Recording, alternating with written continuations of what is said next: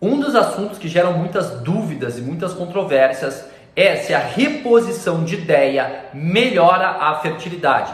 Reposição, Dr. Léo? Sim, o DEA ele é um hormônio e assim como qualquer reposição hormonal, tem suas indicações, contraindicações, riscos e benefícios, doses adequadas, efeitos colaterais e até o final desse vídeo eu quero esclarecer de uma vez por toda esse assunto com evidências científicas sobre como usar, quando usar, as doses que usar, qual o papel realmente do DEA para a fertilidade dentro da ginecologia obstetrícia, principalmente mulheres com baixa reserva ovariana ou má resposta ovariana. Mas o que é o DEA? O DEA ele é um hormônio esteroide. E as glândulas que formam o DEA são as adrenais, que são duas glândulas que ficam em cima dos nossos rins, as mesmas glândulas que produzem o cortisol. Então, quando nós estamos dosando DEA no sangue, nós estamos avaliando a função das adrenais. Ele é um marcador, um hormônio produzido única e exclusivamente pelas adrenais. Os ovários não produzem o DEA. O DEA é inicialmente estudado como hormônio anti-envelhecimento, apesar de a gente saber que esse nome é inadequado, né? Alguns artigos trazendo ele como uma fonte da juventude, mas isso se dá pelas propriedades em todos os órgãos e sistemas, propriedades interessantes do DEA, como por exemplo neuroproteção, como por exemplo antiagregante plaquetário, funções cardiovasculares, na manutenção da saúde óssea e da saúde cardiovascular, no sistema imune. E uma das principais características do DEA é que ele é um pró-hormônio, né? Ele é um hormônio que faz parte dos hormônios esteroides, da esteroidogênese, mas o papel principal do DEA é ele se converter em outros hormônios. Ele é precursor de todos os androgênios. Como a gente vai ver aqui nessa imagem da esteroidogênese, o DEA ele é convertido em androstenediona, testosterona e dihidrotestosterona. E os androgênios, a androstenediona se converte em estrona e a testosterona em estradiol pela aromatase. Então toda vez que você administra o DEA, você vai aumentar não só os níveis de DEA, mas você vai aumentar o nível de todos esses androgênios aqui e também dos estrogênios. Então olha só o poder dele, você aumenta androgênio e estrogênios, o que pode ser bom em algumas situações e perigoso em algumas outras situações. Como por exemplo, ele pode aumentar o nível de testosterona e aumentar os efeitos colaterais relacionados ao excesso de androgênios em mulheres, como espinha, acne, oleosidade da pele, queda de cabelo, piorar se for em excesso o perfil metabólico. Além disso, se essa paciente ela já tem doenças estrogênio dependentes, como miomas, como pólipos, como endometriose, aumentar o DEA vai aumentar os estrogênios e isso pode ser perigoso. Isso tem que ser feito com cautela e em doses adequadas. Então aqui já fica o primeiro alerta da reposição do DEA. E para a fertilidade, Dr. Léo, será que realmente o DEA melhora a fertilidade? Eu quero engravidar, eu devo repor o DEA, avaliar o DEA? Qual que seria o racional? Primeiro vamos entender aonde ele vai agir, qual que é a fisiologia do DEA, a racionalidade para tentar melhorar a fertilidade. Todos os androgênios, o DEA e principalmente a testosterona, como a gente vê nessas imagens, tem uma grande função para os folículos, na recrutamento de folículos, na maturação dos folículos, no desenvolvimento folicular e também na ovulação. Desde os folículos mais jovens, primários, secundários, até os folículos antrais e aquele folículo ovulatório. Ele impede a atresia folicular. Quando você se expõe a androgênios, os folículos expressam mais receptor de FSH e respondem melhor ao eixo hormonal. Então você recrutaria mais folículos e diminuiria a morte deles, a atresia.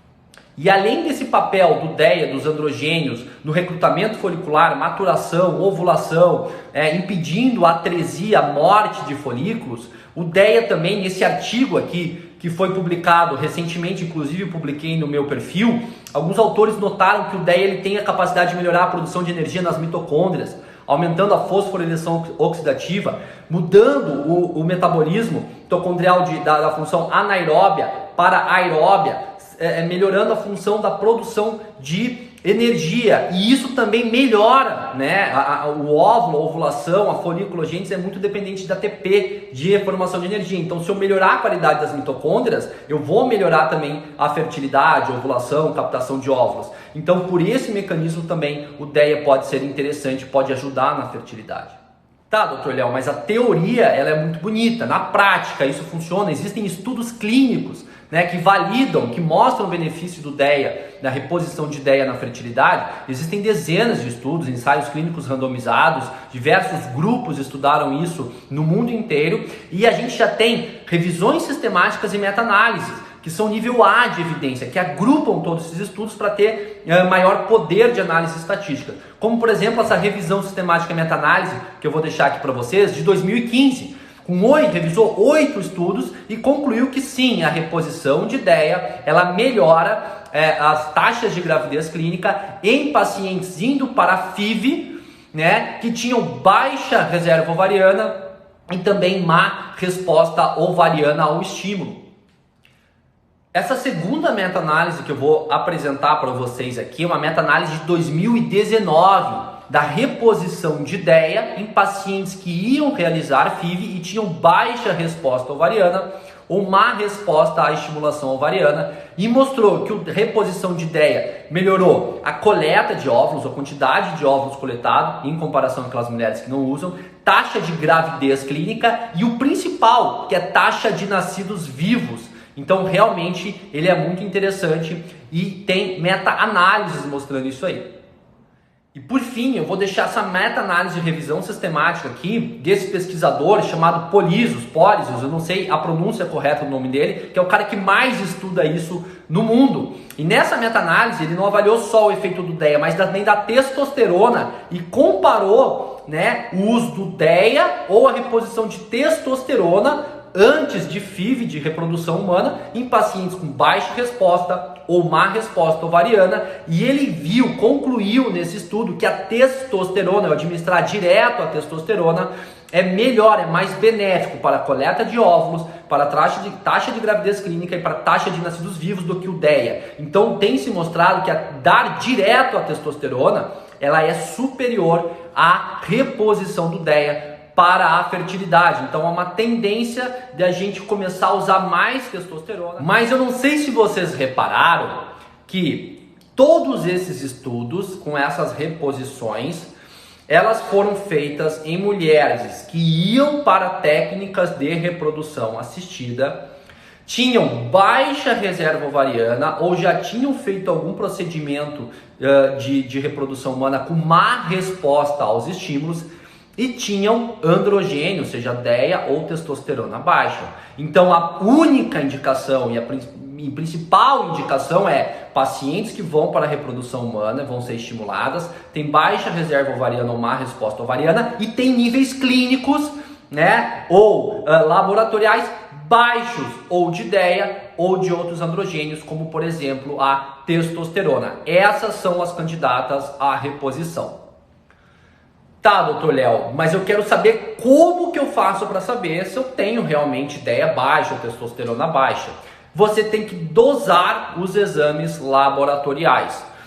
A gente não dosa o DEA em si, porque a meia-vida do DEA ela é muito curta, ela é muito estável e pode flutuar mais ao longo do dia. A gente dosa a forma sulfatada do DEA, que é o sulfato de DEA ou S-DEA. E essa forma é uma forma que a gente estoca, reserva, deixa esse DEA inativo, mas ele é prontamente disponível para o uso e é uma forma muito mais estável. Então, temos que dosar o S-DEA. E se vocês olharem as referências laboratoriais do S-DEA, é uma faixa muito comprida, de 20 a 400, em média aí dos laboratórios, é a faixa de normalidade. Isso é a referência do laboratório. Mas a gente sabe que mesmo dentro dessa grande faixa, né, de referência da normalidade vista nos exames de laboratório, a gente precisa de níveis otimizados. Não há um consenso sobre qual a quantidade mínima ou um ponto de corte. Isso varia muito de protocolos e serviços para serviços, mas sempre que o DEA tiver, o sulfato de DEA, o S-DEA, tiver abaixo de 100 nanogramas por decilitro, a gente começa a pensar que essa adrenal não está conseguindo produzir muito. A gente sempre tem que tentar pensar nas causas também, por que esse DEA está baixo. E com certeza uma das principais causas de insuficiência androgênica, de DEA baixa, de insuficiência adrenal, disfunção do eixo hipotálamo pituitário adrenal é o estresse crônico ou disrupção do ritmo circadiano. Então focar no sono e no manejo do estresse para otimizar naturalmente esses níveis aí. Dr. Léo, e quais seriam as doses que a gente faz a reposição? Então, pessoal, vocês têm que entender que a gente vai utilizar o DEA ou a reposição de testosterona para essas pacientes que vão para a FIV como uma estratégia. E essas doses nos estudos, elas são muito maiores do que doses habituais do que a gente usa para reposição hormonal. Tá? Então, 8 semanas antes, alguns serviços 12 semanas antes, um mês, tem alguns protocolos que se usa somente naquele ciclo de estimulação, né? Mas em média 8 semanas antes, as doses variam de 25 a 75 miligramas de DEA, que é uma dose muito alta, que não pode ser mantida a longo prazo porque vai androgenizar. Então, tem que ter um controle de exames, tem que estar com essa paciente em cima, porque essas doses são muito altas. Eu, particularmente, não uso doses altas. Então, pessoal, jamais saiam repondo qualquer hormônio sem fazer exames, sem acompanhamento médico, sem saber o que vocês realmente estão fazendo. É muito perigoso e vocês ainda podem piorar a saúde de vocês, ter impactos negativos em todas as áreas do corpo, efeitos colaterais severos que depois é difícil recuperar os danos e os prejuízos. Então tem que ser feito por pessoas experientes, que saibam o que estão fazendo, que dominem a fisiologia hormonal, que já leram todos esses estudos aí, como eu já li, que tratam essas pacientes, e não sair comprando DEA, até porque o DEA ele é proibido no Brasil pela Anvisa. A gente tem que manipular na forma de prasterona justamente pelos riscos que as pessoas estavam se expondo ao comprar o DEA e utilizar de qualquer maneira. Vamos então às nossas considerações finais. Eu considero o DEA um hormônio-chave. Ele pode ser muito útil em determinadas condições.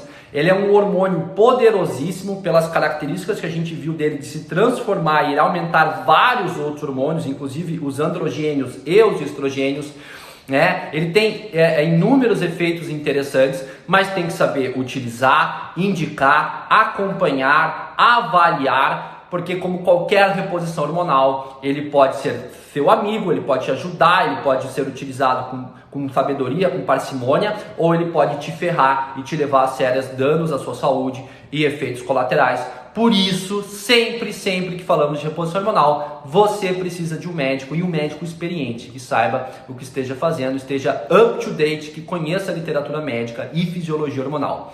Um grande